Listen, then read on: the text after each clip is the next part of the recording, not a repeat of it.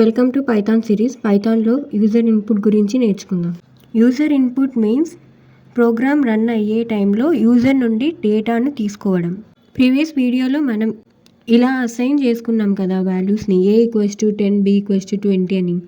Values ఇవన్నీ ఫిక్స్డ్గా ఉంటాయి. అవుట్పుట్లో మళ్ళీ ఏం చేంజ్ కావు, ఇవే పర్ఫామ్ చేస్తుంది.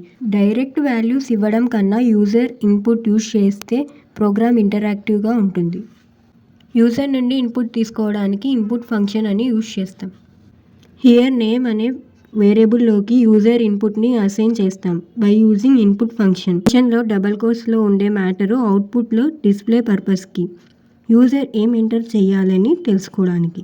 అవుట్పుట్లో యూజర్ నేమ్ ఎంటర్ చేశాక అదే అవుట్పుట్లో ప్రింట్ అవుతుంది. Another way program. ఇక్కడ ప్రింట్లో గ్రీటింగ్ కోసం హలో అని రాస్తాం. అది డబల్ కోట్స్లో ఉండాలి, ఎందుకంటే అవుట్పుట్లో అదే ప్రింట్ కావడానికి. నేమ్ అనే వేరియబుల్ రాస్తాం. యూజర్ ఏ నేమ్ ఇస్తారో అది డిస్ప్లే కావడానికి కోసం. హలో అనేది డైరెక్ట్గా ఇస్తున్నాము ప్రోగ్రాంలోనే.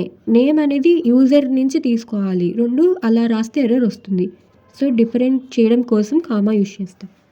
అవుట్పుట్లో నేమ్ టైప్ చేయగానే నెక్స్ట్ లైన్లో హలో తర్వాత రోబో అని ప్రింట్ అవుతుంది. Must remember one thing, input function always string వాల్యూని రిటర్న్ చేస్తుంది.